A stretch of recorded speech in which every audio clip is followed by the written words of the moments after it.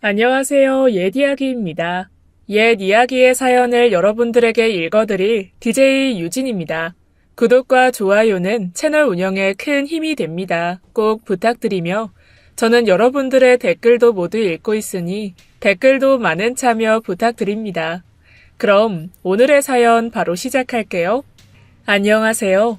여산에 살고 있는 43세 주부입니다. 저에게는 요술 램프처럼 소원을 들어주고 소망하는 걸 이루어주는 장독대를 가지신 시어머니가 계십니다. 치매가 있으신 시어머니께서는 그 요술 장독대를 금이야 옥이야 생각하시거든요. 집에 있는 그 어떤 폐물들보다 더 귀하게 생각하실 거예요. 그 장독대와 시어머니에 관한 이야기를 들려드리고자 합니다. 처음 남편과 인연이 깊어질 즈음 남편은 점점 저와의 거리를 두기 시작했어요. 요즘처럼 이런 시국도 아니었는데 말이에요. 제가 조금 더 다가갈라 하면 자꾸만 선을 긋고 쳐내는 느낌이었죠. 연애만 하고 결혼은 싫은 사람처럼 말입니다. 그러다 어느 날은 저에게 솔직하게 이야기를 해주더군요. 아픈 어머니가 계시다고 말이에요. 남편이 사회생활을 시작하고 일이 잘 풀릴 즈음 시어머니께서 정신을 놓으셨다면서 말입니다. 그래서 결혼을 어느 정도 포기한 상태라고 일러주었어요. 한마디로 저에게 선택권을 준 거죠. 난 치매 엄마가 있으니 감수하려면 결혼까지 생각하고 아니면 이쯤 맘 접고 정리하자. 뭐 그런 겁니다. 그래서 사실 깊은 고민이 되었죠. 생각할 시간을 달라고 하고는 제가 3개월간 연락하지 않았습니다. 그때 남편은 제가 이미 마음이 떠났다고 생각했다고 했어요. 치매라는 걸 겪어본 적도 없지만 주변에서 들려오는 것만으로도 어려운 병이었으니까요. 게다가 저같이 배포가 작은 사람은 당연히 감당할 수 없을 거다 생각했습니다.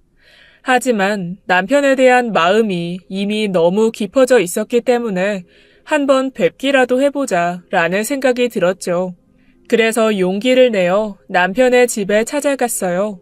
남편 집은 대문부터 특이한 인상을 느꼈습니다. 꼭 이 집으로 들어오소 라고 말하는 듯이 샛노란 페인트로 대문이 칠해져 있었고 주택들 사이에서도 유난히 눈에 띄었거든요. 멀리서도 보이도록 깃발들도 꽂혀있고 말이에요. 시어머니께서 치매가 있으시다고 하니 그래서 저렇게까지 해두었나 보다 했습니다. 찾아오기 쉽도록 말이에요. 대문을 밀고 들어서니 꽃에 물을 주고 계신 시어머니가 계셨습니다. 들어오는 절 보시더니 꼭 알고 있었다는 듯이 너무 반갑게 맞아주셨어요. 꽃에 물을 주니 나비 같은 분이 오셨네요. 여기에 예쁜 꽃이 더 많아요. 이리 와요. 저를 이끄시더니 마당의 꽃들 속으로 초대하셨어요. 그리고는 일일이 꽃들 하나하나에 대해서 설명을 해주셨습니다. 전혀 치매라고는 느낄 수 없게 박학다식하시고 또렷하게 말씀하셨죠. 저에 대해서는 전혀 묻지 않으셨지만요. 기다렸던 손님인 양 저를 대하시다가 갑자기 밥상도 차려주셨어요. 예정에 없던 식사까지 하면서 시어머니와 그렇게 밥을 먹고 대화를 더 나누고 시간을 보내게 되었습니다. 시어머님의 말씀이 얼마나 재미있던지 시간 가는 줄 몰랐어요. 그때 당시 제 나이가 23, 꽤 어렸는데 전혀 고리타분하지 않고 흥미로우면서도 계속 묻게 되는 이야기들이었죠.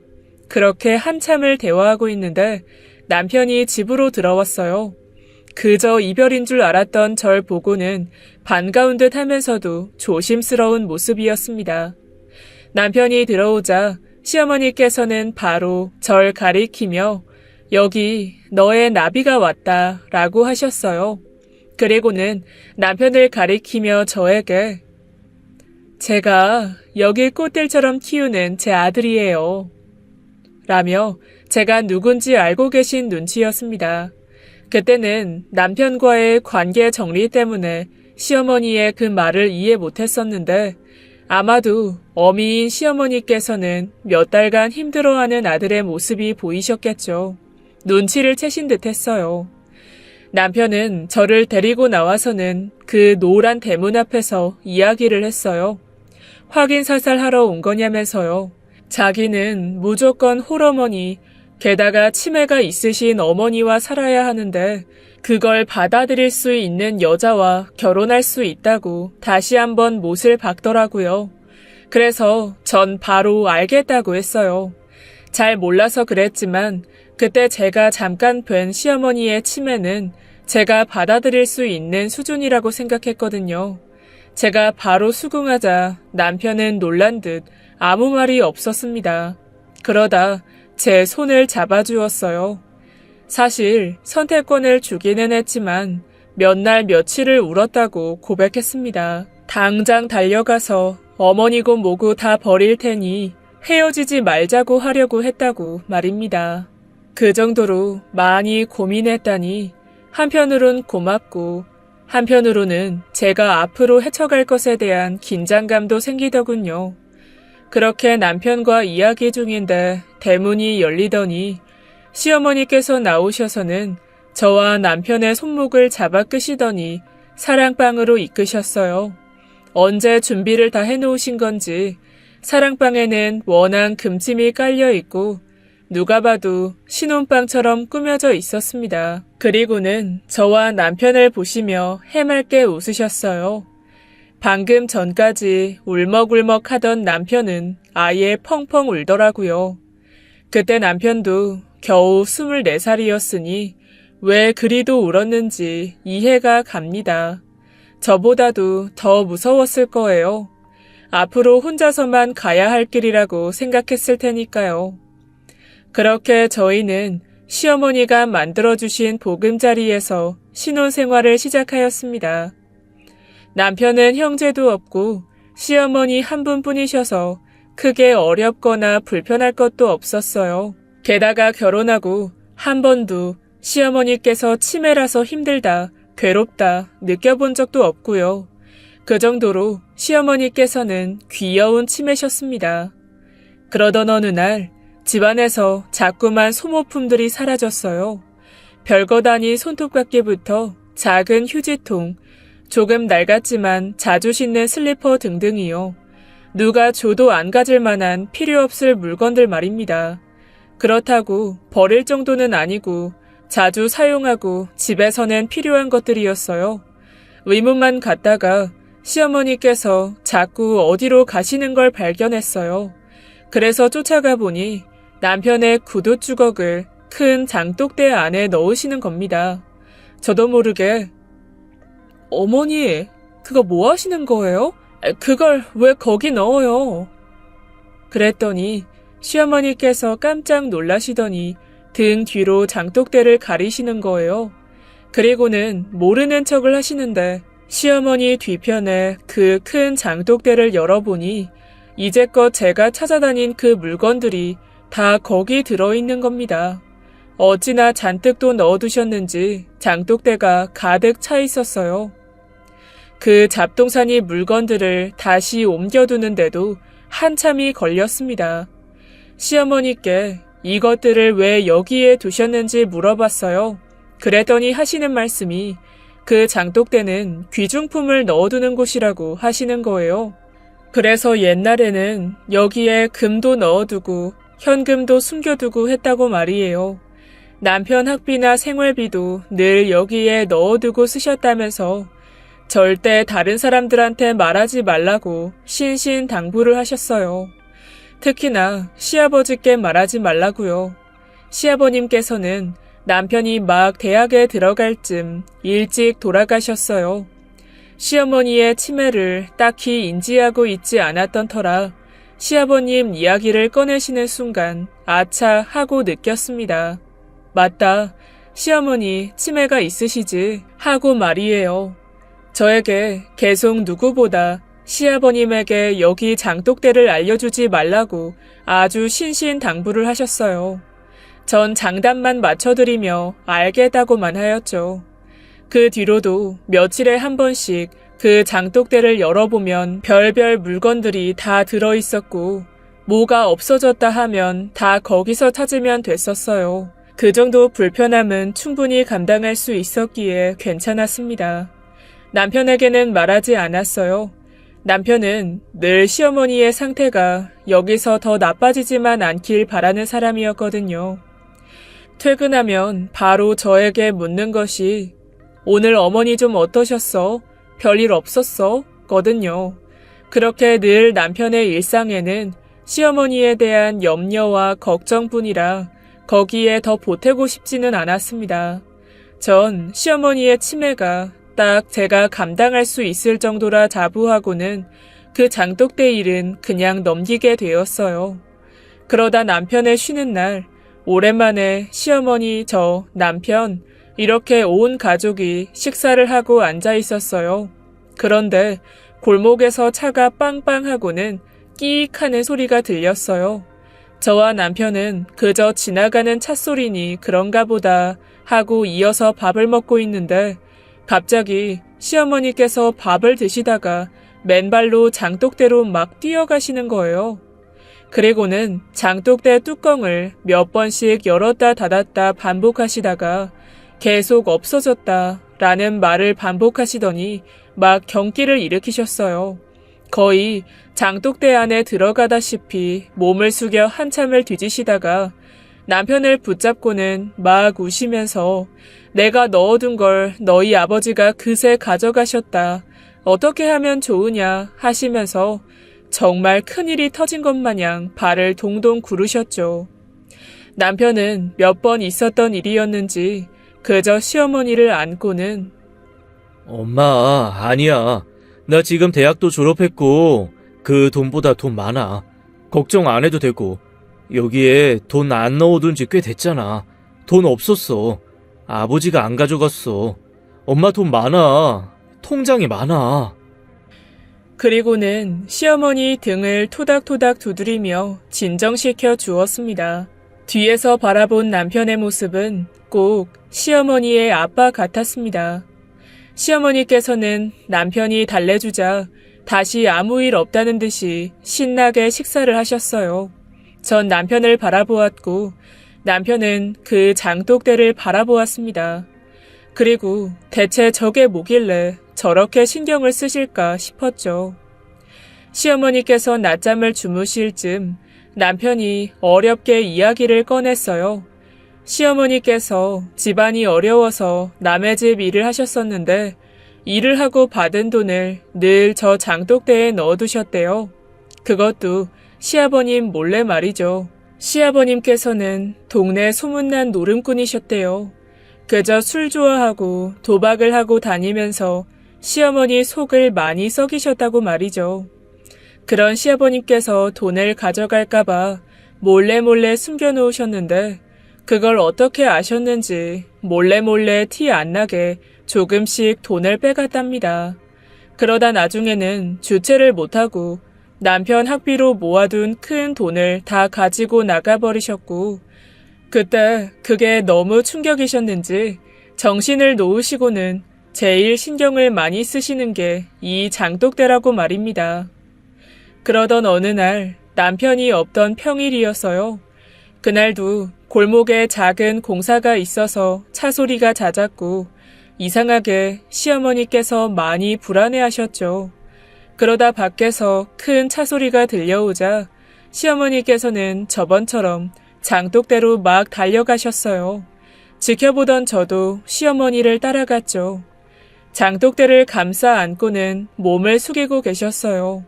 그리고는 안 된다고 고함을 마구 치셨습니다. 그래서 저는 남편이 시어머니를 안아주던 게 생각이 나서는 바로 안아드렸습니다. 그리고는 괜찮아요 라며 안심시켜 드렸어요. 그랬더니 시어머니께서 마구 우시면서 이런 말을 하셨어요. 내가 여기 돈만 안 넣어놨어도 그 사람이 안 죽었을 거다. 내가 돈만 안 넣었어도 내가 잘못했어. 그 욕심 있는 사람이 당연히 꺼냈을 걸 알면서도 내가 못 막았어. 이건 내가 죽인 거나 마찬가지다. 전 처음 듣는 이야기에 놀라서 시어머니를 더 달래드릴 수가 없었어요. 그리고 저도 모르게 묻게 되었습니다. 왜 시어머니 때문에 시아버님이 돌아가셨다고 생각하냐고 말이죠. 제가 듣기로는 시아버님께서 교통사고로 돌아가셨거든요. 시어머니께서는 저를 똑바로 보시며 반복해서 자신을 원망하시더니 이야기를 꺼내셨어요. 그날은 돈을 받기로 한 날이라서 주인 집에 돈을 받아 신문지에 꽁꽁 싸매서 장독대에 감춰뒀는데 술을 잔뜩 먹은 시아버님께서 시어머니께 돈을 좀 달라고 그렇게 매달렸대요. 그래서 절대 없다고 하시고는 다시 일을 하러 나가셨는데 시아버님께서 당연히 장독에 돈이 있으니 그 돈뭉치를 들고 나가 늘 그렇듯 도박에 다 쓰고 술에 잔뜩 취해 돌아오는 길에 집 근처에서 교통사고를 당하셨다고요. 남편이 죽었는데 시어머니께서는 남편의 사망 소식보다는 아들의 학비부터 확인하셨대요. 시아버님께 먼저 달려가기보다는 집안의 장독대를 확인하러 먼저 오신 거죠. 그래서 그 죄책감을 가지고 계신 듯 했습니다. 하지만 저 같아도 그랬을 것 같더라고요.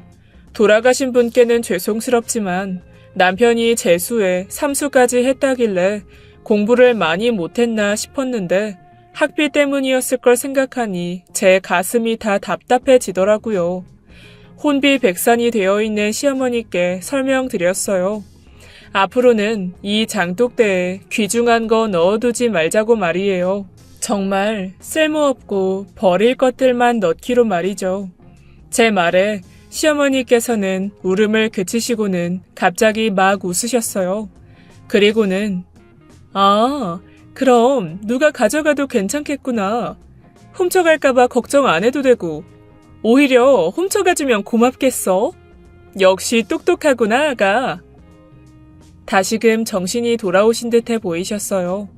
시어머니께서 정신을 차리시니 저도 경직된 몸이 조금 풀리더라고요.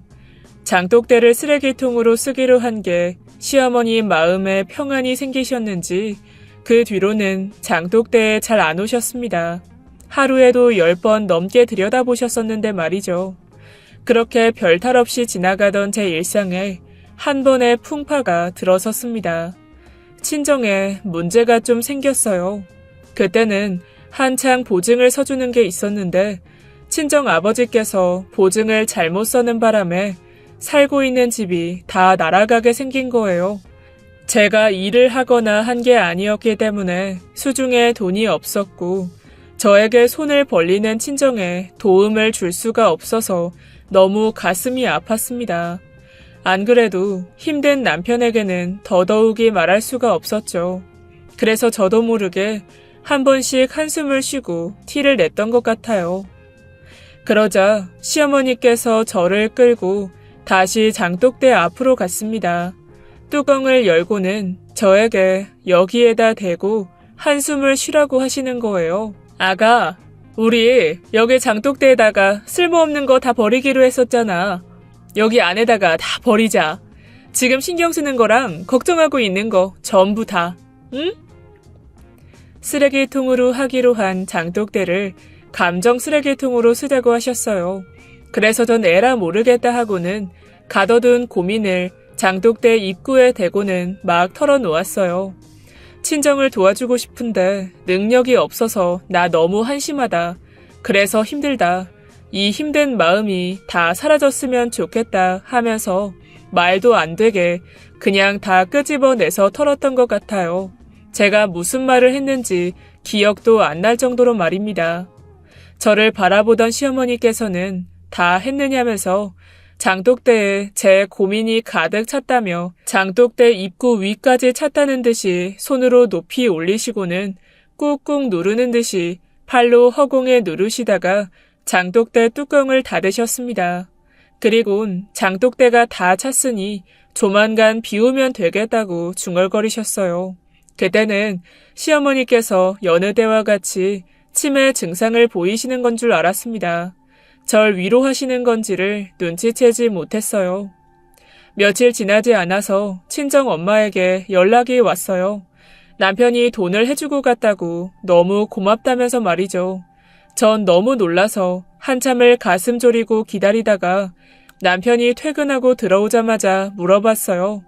우리한테 그만한 돈이 어디 있으며 어떻게 알았냐면서 말이죠. 그랬더니 남편이 하는 말이 간밤에 시어머니께서 장독대가 많이 차서 보여줄 게 있다고 남편을 불렀다고 했어요. 장독대 뚜껑을 열고 안에 있는 걸 꺼내는 흉내를 내시길래 그저 지켜보고 있었는데 그게 다 며느리의 고민과 걱정이라면서 하나씩 꺼내면서 제가 생각 없이 떠들어대던 말을 늘어놓으셨다고 말이죠. 이건 며느리가 친정에 도움을 못 줘서 흘린 눈물이고 또 이건 나를 돌봐주느라 일도 못하고 돈을 못 버니 돈을 못 보태준 아쉬움이고 또 이건 자기보다 더 힘들 것 같아서 우리 아들에게 말도 못 꺼내는 답답함이지. 시어머님이 그 말을 끝내시면서 남편에게 통장 하나를 쥐어주셨답니다. 남편 보고 저의 고민을 다 비우자면서 말이죠. 그 말에 전 너무 감사하고 죄송해서 한참을 울었어요. 시어머니의 돈은 그저 돈이 아니라 어떻게 모으셨는지 제가 다 알기 때문에 그 돈은 피눈물이자 한이에요. 그렇게 받을 수가 없는 돈이거든요. 어쩔 줄 몰라 하고 있는 저에게 시어머니께서 다가오시더니 장독대를 보여주시며 꽉 차 있던 쓰레기들이 다 없어지지 않았냐면서 저에게 안심하라는 듯이 웃어 보이셨습니다. 전 그 모습에 아예 주저앉아서 아이처럼 울었어요. 이번에는 반대로 시어머니께서 저를 안아주시고는 토닥토닥 해주셨어요. 꼭 저에 대해서 다 알고 계시다는 듯이 말입니다. 안 그러는 척하면서 착한 효부 흉내는 다 내더니 결국 저도 시어머니를 그저 치매 환자로 여태껏 치부했던 거죠. 그래서 너무 죄송해서 더 울었던 것 같아요. 그렇게 저를 시어머님과 남편이 지켜주겠다는 듯이 감싸 안아 주었습니다. 그 어떤 때보다 든든했어요. 그때는 제가 그 누구보다 많이 힘들다고 생각했습니다. 하지만 저보다 더 힘들고 아픈 과거를 가진 남편과 시어머니께서 저를 안아주신 걸 너무 늦게 알았습니다. 남편이 어렵게 승진을 하게 되어서 축하 자리에 같이 참석하게 된 날이었어요. 서울에 본사로 가게 되었는데 63빌딩이었습니다. 그때는 그렇게 높은 건물에 처음 가보는 거였어요. 저와 남편이 머무는 여산에는 끼케야 낮은 아파트와 빌라, 저희 집처럼 주택들이 대부분이었거든요. 어지나 엘리베이터가 높이도 올라가는지 중간 정도 올라갔을 때 머리가 아플 지경이더라고요. 그런데 올라가던 중에 갑자기 남편이 숨을 가쁘게 쉬기 시작했어요. 가슴이 답답하다면서 말이에요. 그러더니 기침을 막 하다가 엘리베이터 안에서 쓰러졌습니다. 그때만 생각하면 아직도 아찔하네요. 남편은 구급차에 실려갔고 병원에서 하는 말은 고소공포증, 폐쇄공포증이라고 했어요. 지금 생각해보면 공황장애가 아니었을까 싶습니다. 전 그래서 촌사람이라서 그런가 보다 했어요. 그런데 침대 커튼 뒤 가려져 들리던 의사와 남편의 대화를 듣게 되었습니다. 의사분께서 증상에는 예전 기억이 원인이라고 하시면서 남편에게 몇 가지를 물으셨는데 남편에게서 뜻밖의 대답이 들렸습니다. 어릴 때 집에 빚쟁이가 자주 왔습니다. 아버지 때문이었죠. 그때마다 물건을 부수고 깽판을 자꾸 치니까 어렸던 제가 많이 울었어요. 문소리만 나도 놀래고 울었던 것 같아요. 그래서 어느 날은 어머니께서 빚쟁이 소리가 들리니 저를 장독대 안에 숨기셨어요. 절 생각해서 그러신 거겠죠.